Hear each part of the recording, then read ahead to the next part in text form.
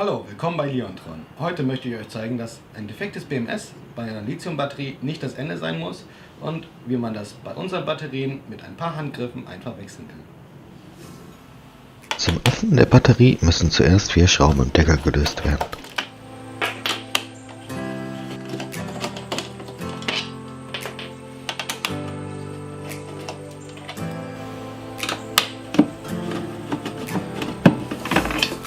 Jetzt lässt sich der Deckel einfach hochklappen.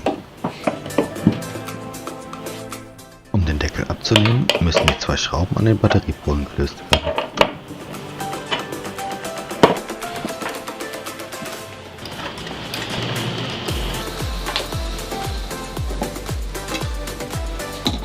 Jetzt ist ein guter Zeitpunkt, den Bluetooth-Chip zu entfernen und die Kabelverbindung vom BMS zu lösen.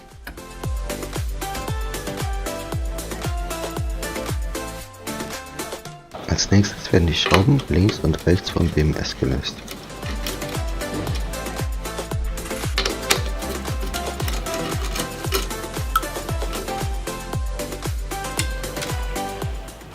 Jetzt kann das komplette BMS einfach abgehoben werden. Das neue BMS auspacken, Kabel durchführen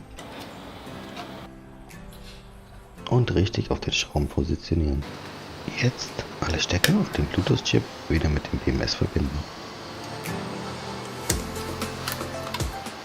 Die Kupferschiene für die Polverbindung nicht vergessen und schon kann das BMS wieder angeschraubt werden.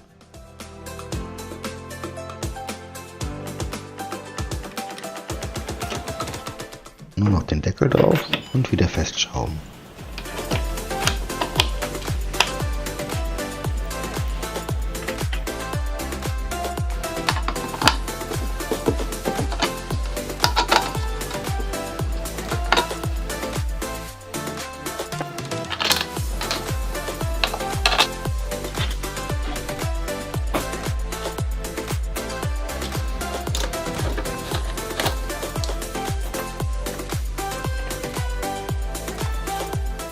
Und so lassen sich Leontron-Batterien auch nach der Garantiezeit einfach und kostengünstig reparieren.